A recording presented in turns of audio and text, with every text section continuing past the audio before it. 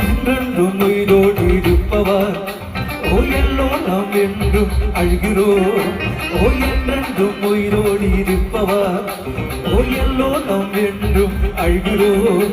ஓ நமக்கென்றும் துணையா நம்மோடு இருப்பதா யெகோவா ஷம்மா என்று சொல்கிறோம். நமக்கென்றும் துணையா நம்மோடு இருப்பதா யெகோவா ஷம்மா என்று சொல்கிறோம். யெகோவா தேவனே அவனே சொன்னதுவே இம்மானுவேலே இயேசுவே. ஓ யெகோவா தேவனே அவனே சொன்னதுவே இம்மானுவேலே இயேசுவே. எத்தனையோ